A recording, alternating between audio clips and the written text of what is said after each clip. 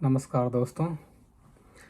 आज मैं आपको एक सनातनी हैक या सनातनी ट्रिक या सनातनी एक तरीका बताऊंगा, जो कि मुझे पूरे पूरा विश्वास है कि आपको पसंद आएगा और आप शायद इसको अ, उपयोग में भी लाएं, उसे इम्प्लीमेंट भी करें। और ये तरीका ऐसा है कि इससे आप अपने अ, पुण्य और पाप कर्मों का एक प्रकार से, जैसे कहें कि उस पर उनका अच्छा मैनेजमेंट कर सकते हैं, उनको अच्छे तरीके से उनको मैनेज कर सकते हैं। तो चलिए बात करते हैं इस तरीके के बारे में। तो ये जो हैक है, सनातनी हैक, ये मैंने कहीं पढ़ा था और मुझे अब दुर्भाग्य से याद नहीं कि मैंने कहाँ पढ़ा था, किस पुस्तक में पढ़ा था। लेकिन ये कहता है कि जिह्वा, यानी जो आपकी ज़बान है, जो जीभ है, जिह्वा, वो आपके पुण्य और पाप कर्मों को खाती है। अब इसका मतलब क्या है?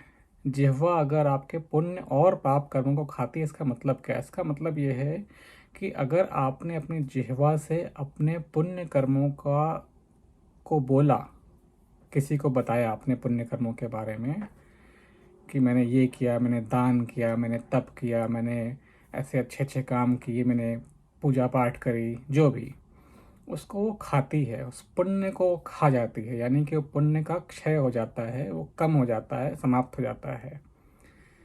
लेकिन इसका उल्टा भी सच है कि जिह्वा पाप को भी खा रही है। तो यदि आपने कोई पाप किया और आपने जाकर किसी से कह दिया, अपने किसी करीबी से कहा, या जिस व्यक्ति को आपके उस पाप से फ़र्क पड़ा हो सकता है, आपने उससे कहा, आपके जो भी कोई करीबी थे, रिश्तेदार थे, दोस्त थे, पति पत्नी, भाई बहन, बेटा बेटी, माता पिता, जो भी थे, तो अगर आप उन पाप कर्मों को कह देते हैं तो जिह्वा उसे भी खा जाती है। इसका मतलब पाप का भी क्षय हो जाता है, पाप भी कम हो जाता है। तो देखिए कि कितनी सुंदर बात है। और आप देखेंगे कि इसके प्रमाण भी हैं। इसके प्रमाण ये हैं कि अगर हम सनातन से बाहर भी चले जाएं तो क्रिश्चियनिटी में जो कॉन्सेप्ट होता है ना, कि कन्फेशंस का, कि कोई जाकर चर्च में जो है किसी एनोनिमस तरीके से, यानी कि बिना अपनी पहचान बताए, वो किसी इसको कन्फेस कर सकता है अपने अपने पापों के बारे में। हिंदू धर्म में, सनातन धर्म में, जाहिर सी बात है, हमारे यहाँ प्रायश्चित और पश्चाताप दोनों का विधान है। कहते भी हैं कि कोई भी आपने कुछ काम किया हो, उसका कोई पाप अगर आपसे हो गया हो जाने अनजाने में, तो उसके लिए प्रायश्चित भी का भी विधान होता है। और कई बार ये भी कहा जाता है कि सच्चे मन से किया पश्चाताप, यानी जो आपको पछतावा हो रहा है, जो पश्चाताप हो रहा है, वही आपका प्रायश्चित है, ये भी कहा जाता है।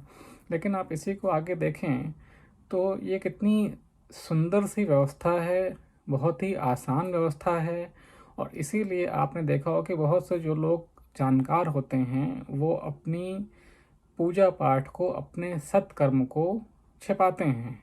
वो दान करते हैं तो गुप्त दान करते हैं। इनफैक्ट गुप्त दान का ही ज़्यादातर शास्त्रों विधान है कि दान करो तो कहा जाता है कि एक हाथ से करो तो दूसरे हाथ को पता न चले। तो ये सारी बातों के मूल में, इसके पीछे वही है कि आप अच्छा काम करिए, पुण्य काम करिए, तो उसे जिह्वा से मत बोलिए, क्योंकि जिह्वा उस पुण्य को खा जाएगी। किसी को मत बताइए, चुपचाप करिए, गुप्त रूप से अच्छा काम करिए।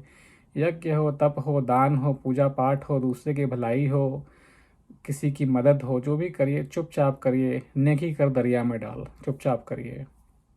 लेकिन यहीं अगर आप से कोई पाप हो जाए जाने अनजाने में, तो बता दीजिए, किसी को बता दीजिए, अपने माता पिता, गुरु, जो भी रेलेवेंट हों उनको बता दीजिए, या जिसको उस पाप से अफेक्ट हुआ है अगर उसको बता दीजिए। तो जब आप बोलेंगे तो जिह्वा आपके उस पाप को भी खा जाएगी।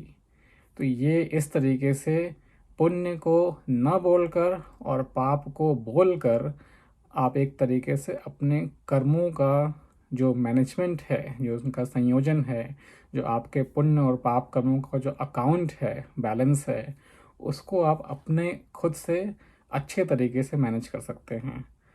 तो ये थी एक सनातन ट्रिक, सनातन हैक।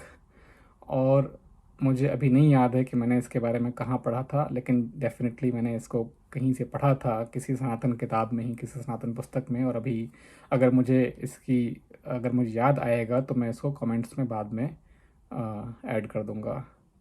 उम्मीद है आप इस जानकारी का इस्तेमाल कर पाएंगे, उपयोग कर पाएंगे। नमस्कार।